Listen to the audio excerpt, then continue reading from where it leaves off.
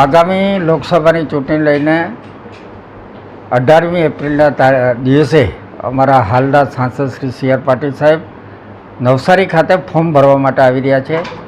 એ જ્યારે નવસારીના મધ્યસ્થ કાર્યાલયથી વિજય સંકલ્પ રેલી નીકળવાની છે, તો એ રેલીમાં માનનીય ગુજરાતના મુખ્યમંત્રી શ્રી ભૂપેન્દ્રભાઈ પટેલ, પ્રદેશ ભારતીય જનતા પાર્ટીના હોદ્દેદારશ્રીઓ, નવસારી લોકસભામાં આવતી તમામ 7 વિધાનસભાના ધારાસભ્યશ્રીઓ, અમારા પ્રભારી મંત્રી શ્રી કનુભાઈ દેસાઈ, ગૃહમંત્રી શ્રી હર્ષભાઈ સંઘવી તેમજ પાર્ટીના તમામ ચૂંટાયેલા પદાધિકારીઓ, સંગઠનના હોદ્દેદારશ્રીઓ તેમજ હજારોની સંખ્યામાં નવસારી જિલ્લાની જનતા અને નવસારી લોકસભામાં આવતી સુરતને 4 વિધાનસભાના લોકો આમાં ખૂબ મોટી સંખ્યામાં જોડાવાના છે.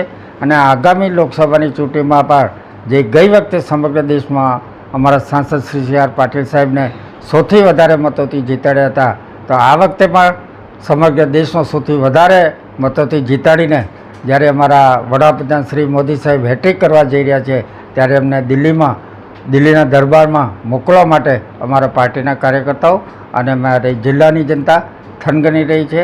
ફરીવાર આપ સૌનો આભાર.